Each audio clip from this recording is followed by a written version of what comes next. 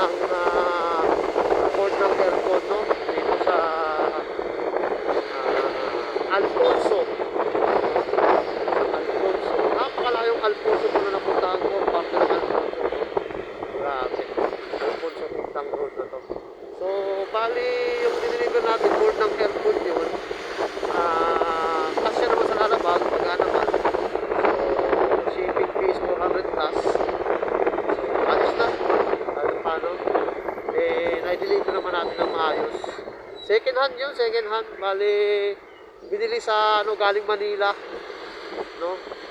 Binili niya kasi yung parts ng aircon daw niya ay phase out na. So kahit na paano nagkaroon ng parts doon sa nakakahanap siya ng parts sa may bandang Manila, yun, nakakuha siya, no? So yun, ang layo ng pinanggalingan, no? Manila pa, tapos diniliver din sa Alfonso. So kahit na paano magagamit niya ng aircon niya. Sana gumana, no? Yung parts hindi mag-supply yung pag-win niya. So tayo doon, wala na tayo doon.